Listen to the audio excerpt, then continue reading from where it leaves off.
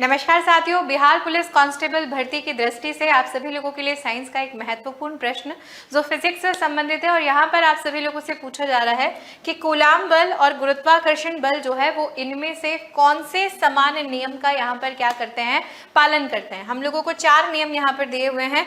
Ohm's law दिया हुआ है, एम्पियर्स लॉ दिया हुआ है, इनवर्स स्क्वायर लॉ दिया हुआ है और किरचॉफ लॉ भी यहाँ पर हम लोगों को दिया हुआ है। तो आप सब लोगों को ध्यान रखना है कि इस क्वेश्चन का राइट आंसर जो है वो हमारे पास क्या होगा, सी होगा। क्योंकि अगर हम लोग कूलाम बल की बात करें तो भी हम लोग पढ़ते हैं कि 2 आवेश है Q1 और Q2 जो एक दूसरे से r दूरी पर रखे हुए हैं। तो यहाँ पर जो इसके बीच में जो बल लगता है वो Q1/Q2/r² के बराबर होता है।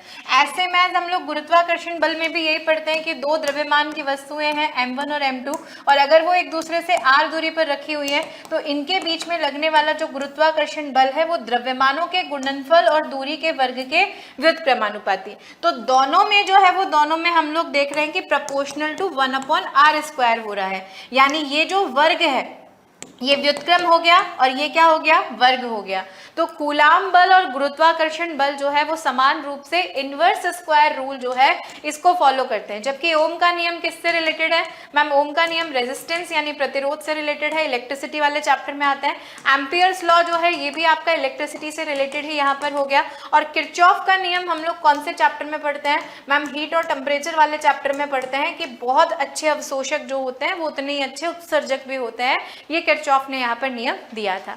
ठीक है, तो इस तरह के क्वेश्चंस आपके एग्जामिनेशन की दृष्टि से बहुत इंपॉर्टेंट हो सकते हैं। तो ऐसे सभी इंपॉर्टेंट क्वेश्चंस को जानने के लिए और रिवाइज करने के लिए जुड़े रहिए हमारे चैनल से। धन्यवाद।